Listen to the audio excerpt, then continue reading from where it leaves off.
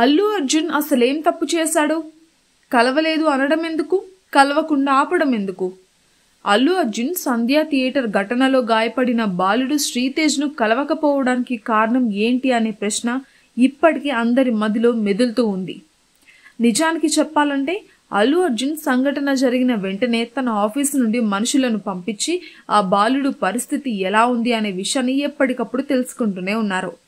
నిజానికి అల్లు అర్జున్ వెళ్ళాలి అని అనుకున్నారు, కానీ అప్పటికే కొన్ని చట్టపరమైన కారణాల వల్ల కలవడం కరెక్ట్ కాదు అని అల్లు అర్జున్ లాయర్లు చెప్పడంతో ఆ బాలుడిని కలవడం కాలేదు. అయినప్పటికీ తాను అలా జరిగినందుకు ఎంతో చింతిస్తున్నాను అంటూ ఆ కుటుంబానికి అండగా ఉండాలని మాటిస్తూ ఆర్థికంగా సహాయం చేయడానికి సిద్ధమయ్యారు.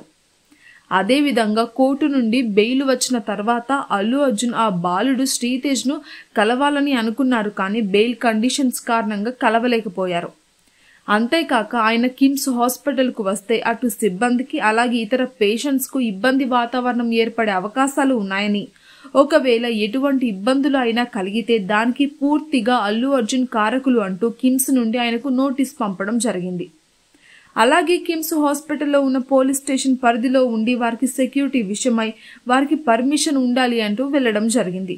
అదేవిధంగా ఇప్పటికే సంధ్య థియేటర్ సంఘటనల సమయంలో అక్కడ పోలీసుల తీరుపైన వివరణ కావాలి అని అటు ఎన్హెచ్ఆర్సీ పోలీసులకు నోటీసులు పంపడం జరిగింది. ఒక్క మాటలో చెప్పాలంటే అల్లు అర్జున్ బాలుడు శ్రీతేజ్ను కలవడానికి తన సాయశక్తిలో ప్రయత్నించడం అయితే జరిగింది.